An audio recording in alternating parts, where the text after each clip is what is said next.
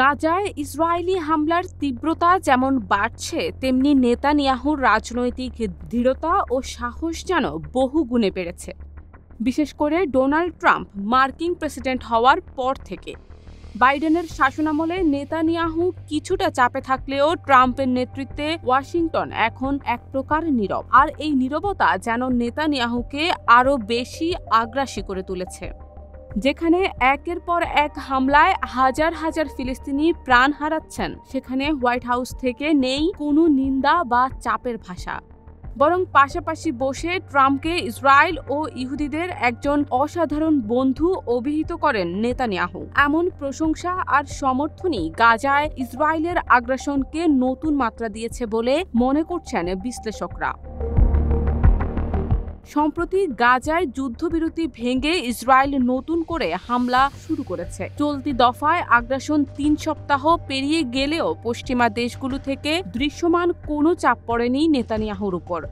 New York টাইমসের প্রতিবেদনে বলা হয়, সাবেক প্রেসিডেন্ট বাইডেন মাঝে মধ্যে নেতানিয়াহুকে চাপে রাখার চেষ্টা করলেও খুব একটা সফল হননি।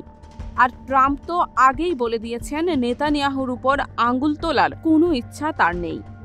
এই সুযোগে ইসরায়েল পার্লামেন্টে নিজের অবস্থান আরও দৃঢ় করেছেন নেতানিয়াহু। রাজনৈতিক শক্তি সুসংহত করে তিনি গাজায় আগ্রাসনের ক্ষেত্রে পেয়েছেন বাড়তি সুযোগ।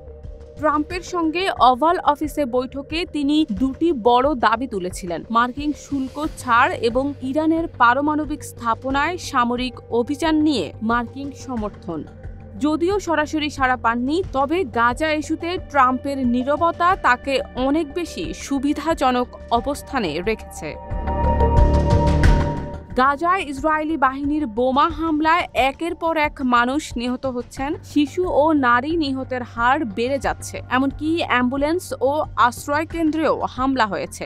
তবু ট্রাম্প এসব নিয়ে কোনো মন্তব্য করেননি, এমনকি নেতানিয়াহুর সঙ্গে বৈঠকে এসব প্রসঙ্গ এড়িয়ে গেছেন তিনি। ওদিকে ইরান ইস্যুতে যুক্তরাষ্ট্র এবং ইসরায়েলের মধ্যকার টানাপোড়েনের মাঝে চলছে এক নতুন আলোচনা। ট্রাম্প বৈঠকে জানান, ইরানের সঙ্গে আলোচনার দরজা খোলা আছে, তবে ব্যর্থ হলে চরম দুর্দিন অপেক্ষা করছে তাদের জন্য। ইরান সরাসরি নয়, ওমানের মধ্যস্থতায় যুক্তরাষ্ট্রের সঙ্গে পরোক্ষ আলোচনা শুরু করতে সম্মত হয়েছে বলে জানিয়েছে।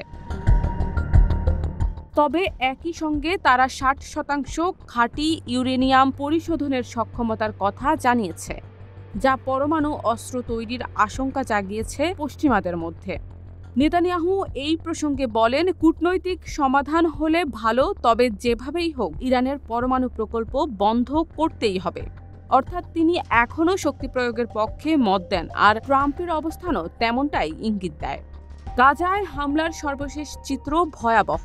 18 মার্চ যুদ্ধবিরতির পর নতুন করে শুরু হওয়া হামলায় ইতোমধ্যে প্রাণ গেছে 1449 জনের, আহত হয়েছেন 3647 জন।